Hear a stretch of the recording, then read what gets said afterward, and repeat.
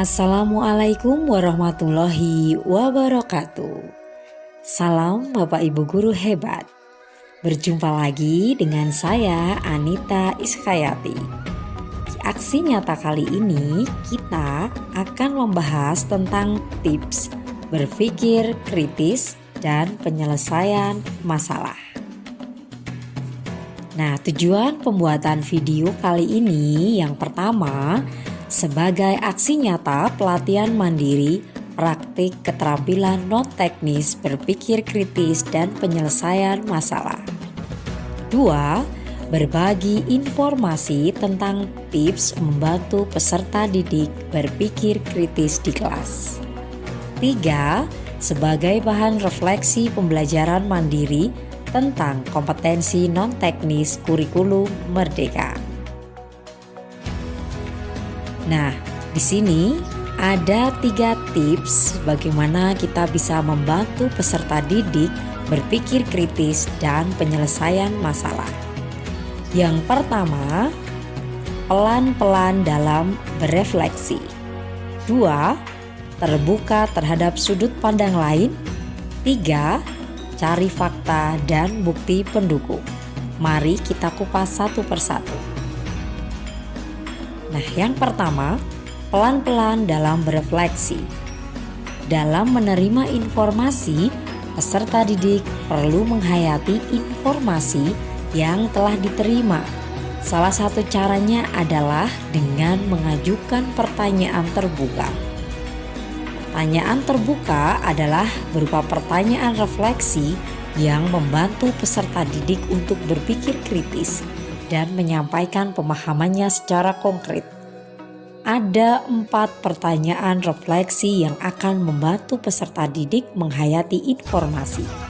Pertanyaan pertama, apa yang baru saja saya pelajari?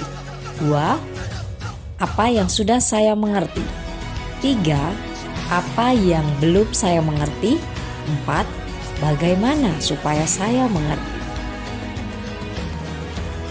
Selanjutnya, tips membantu peserta didik berpikir kritis dan penyelesaian masalah yang kedua yaitu terbuka terhadap sudut pandang lain. Menerima pendapat dan masukan dari orang lain yang secara ilmiah dapat dibuktikan kebenarannya. Sebagai contoh, kegiatan diskusi agar peserta didik dapat membahas pengalaman-pengalaman berbeda dari kedua sisi terhadap sebuah peristiwa yang sama. Misalnya, guru menyuruh siswa berdiskusi terkait materi tentang interaksi makhluk hidup dalam ekosistem. Di sini guru memberikan contoh interaksi berupa simbolis mutualisme yang dibaca berdasarkan buku pegangan IPA secara teoritis. Misalnya, antara ikan, contoh lain dari simbiosis mutualisme yang ditemukan di lingkungan sekitar tempat tinggal siswa secara kontekstual. Sehingga apa yang disebutkan siswa pernah juga terjadi antara mutualisme antara kerbau dengan burung pemakan kutu. Yang ketiga, cari fakta dan bukti pendukung. Fakta dan bukti pendukung dapat dilakukan murid melalui kajian literasi maupun observasi, sehingga konsep keilmuan yang dipelajari murid menjadi bermakna. Sebagai contoh, pelajaran dasar-dasar desain komunikasi visual itu terkait dengan materi sketsa. Di sini, guru meminta peserta didik untuk berdiskusi dalam menyelesaikan LKPD terkait dengan sketsa.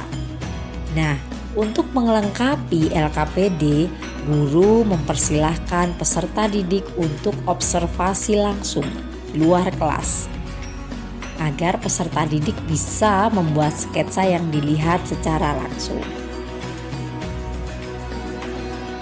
Kesimpulannya, keterampilan berpikir kritis dan penyelesaian masalah sangat dibutuhkan dalam pembelajaran abad 21 yang mengakumulasi pengetahuan soft skill termasuk literasi digital agar tercapai tujuan pembelajaran di kelas. Hal tersebut berperan penting dalam mempersiapkan peserta didik agar menjadi pemecah masalah yang baik dan mampu membuat keputusan maupun kesimpulan yang matang dan mampu dipertanggungjawabkan secara akademis. Demikian tadi aksi nyata tips berpikir kritis dan penyelesaian masalah. Jangan lupa untuk like, comment, and subscribe untuk mendapatkan video-video terbaru aksi nyata platform Merdeka Belajar selanjutnya. Salam Bapak Ibu Guru hebat. Assalamualaikum warahmatullahi wabarakatuh.